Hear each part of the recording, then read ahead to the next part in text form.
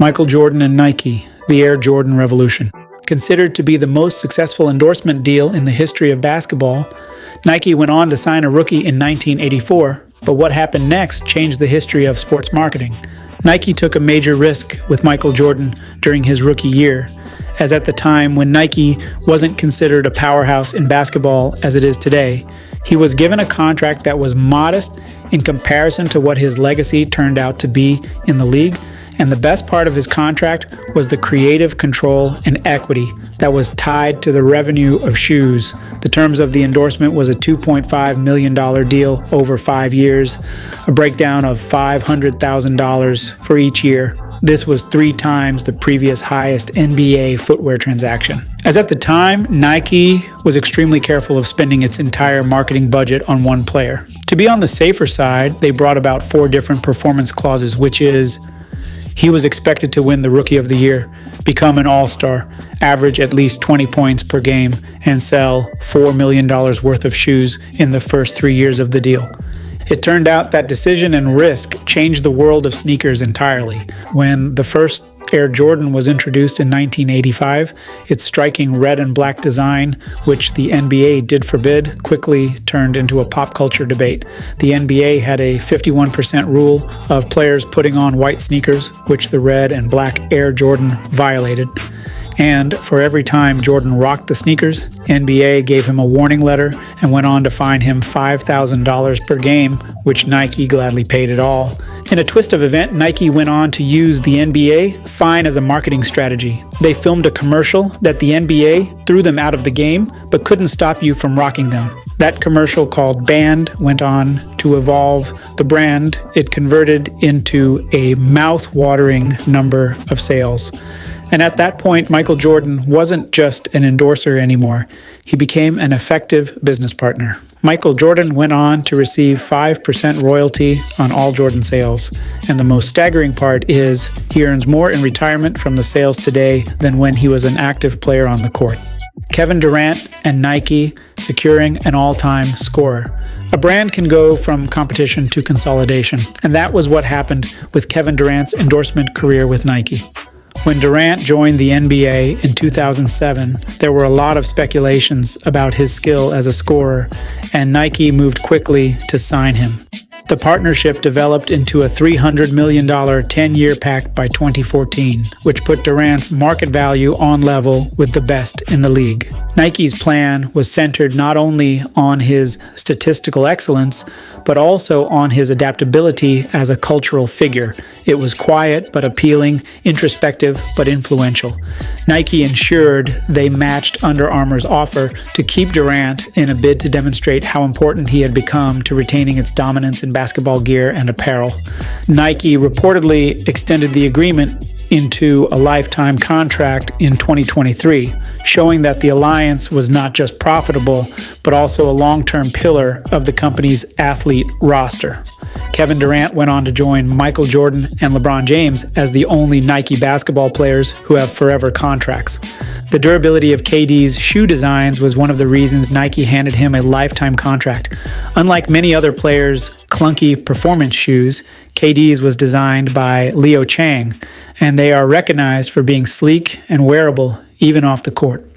His partnership with Nike includes lifestyle clothes, accessories, and a strong emphasis on grassroots basketball. His Team Durant EYBL program, therefore assuring that he remains the face of Nike's young recruitment for decades. Derrick Rose and Adidas, a bet on young greatness. Adidas signed Derrick Rose to one of the most fascinating endorsement deals in NBA history in 2011, making a daring commitment.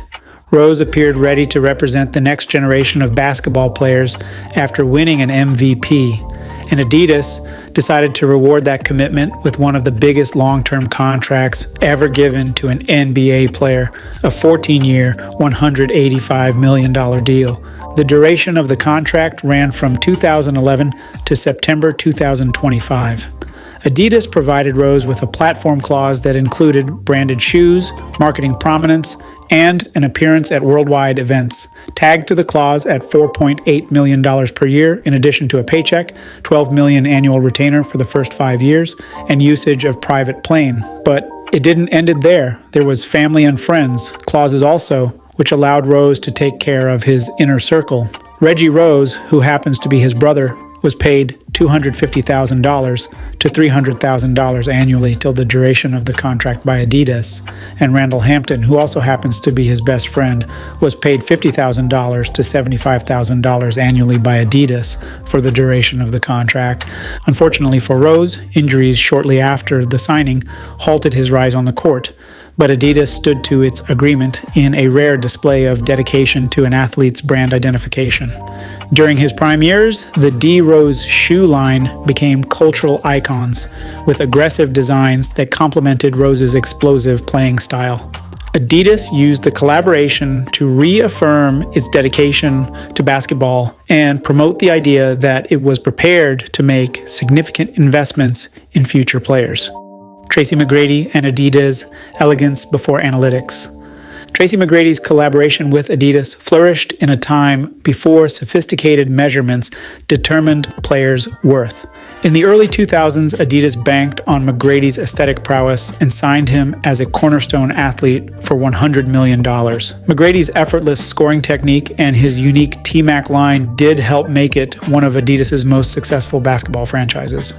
Adidas profited from long-term retail success, and McGrady became one of the highest paid of his time as a result of the contract. Although McGrady never took home a title, his support was independent of rings, as watchability equals to the brand being seen. Adidas recognized that fans purchase inspiration rather than just results.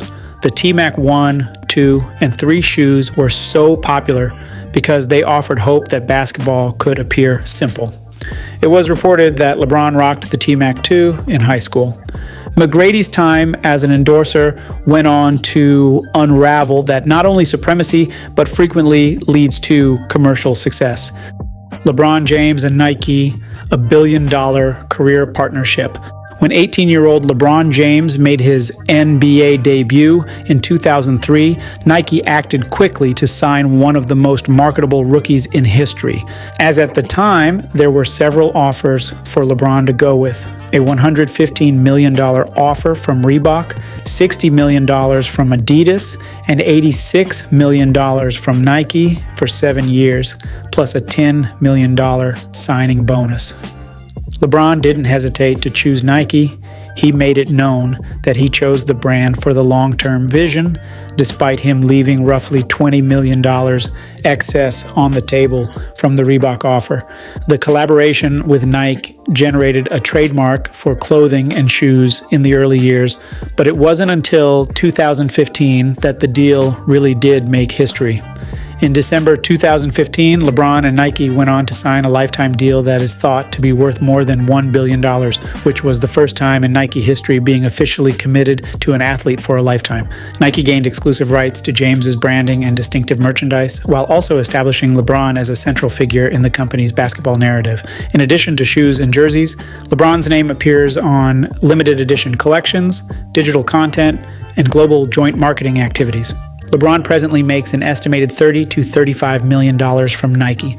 Unlike Jordan, who receives a percentage of all sales, LeBron's compensation is mostly a hefty guaranteed annual retainer that will continue even after he retires. LeBron and Nike's collaboration is among the most lucrative in sports history. Kobe Bryant and Nike, signature line and global appeal. Starting in the early 2000s, Kobe's partnership with Nike became one of basketball's most respected signature lines. After spending years with Adidas, Kobe decided to switch things up in 2003. He signed a multi-year deal with Nike worth over $40 million. At that very time, Nike saw him as this relentless competitor whose precision and drive perfectly matched what they stood for and knew he could control the market the way they wanted. Fast forward to the mid-2000s, the Zoom Kobe line was launched, and it really did push basketball shoe innovation forward in the market, most especially the Kobe 4s, which broke the mold with their low-cut design and features built for elite players. Both on and off the court, it was a top choice for many. But Nike wasn't just satisfied with selling shoes. They decided to take it a bit forward. Kobe was made the face of basketball culture worldwide. Eventually, Kobe's Nike earnings from royalties, apparel deals, and marketing partnerships hit over $100 million. Nike continued to add classic and lifestyle styles to Kobe's collection, which sold out quickly. Russell Westbrook and Jordan Brand, fashion meets ferocity. Russell Westbrook's importance was never confined to the box score. In 2015, he joined Jordan Brand, and the appeal extended well beyond triple-doubles. Westbrook played with obvious aggression. Every item felt urgent.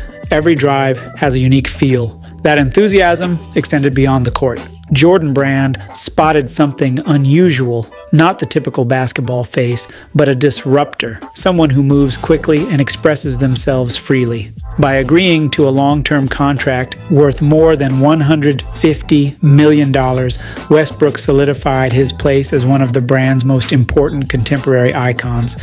He was relentless on the court, pounding the rim, quickening the tempo, and playing every minute as if it were crucial. He wore bright colors, sharp cuts, and a variety of unexpected options when he wasn't on the court. He didn't do what was popular, as he paid them no mind. Jordan Brand saw this and immediately banked on both sides of his life. Westbrook got a signature shoe called the Why Not. He got his first signature performance shoe, Why Not 0.1, which was officially released on January 15th, 2018. In addition to his performance shoe, he also got an off-court lifestyle signature called Westbrook O, which was released in 2015. He was able to express himself creatively. At this point, he became more noticeable. Instead of being a sign of conformity, he became the symbol of confidence and self-expression. His endorsement was not for the championship, but for the visibility, which he did deliver effortlessly. Whether his team was winning or losing, he remained in the spotlight. Some even consider him as a basketball influencer. YouTube police, right here. If you haven't subscribed to the channel yet, you're committing a serious crime in the books of the NBA, so quickly smash the subscribe button and ensure you share with friends. Allen Iverson and Reebok, a lifetime legacy deal. Allen Iverson's Reebok sponsorship changed the way a non-mega superstar could sign an NBA shoe contract. Iverson entered the NBA in 1996 with street culture and cross-genre appeal, which Reebok invested heavily on.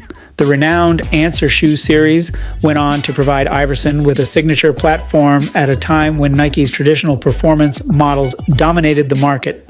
In 2001, Iverson signed a lifelong endorsement contract with Reebok, one of the most bizarre business deals in sports, which many call the trust fund deal. This was as opposed to the traditional multi-year contract that expired when Iverson retired. Reebok committed to pay him annually even after he left the NBA, as well as set away millions in a trust. Reebok went on to set aside $32 million in a special account for Iverson, which he cannot access until he turns 55.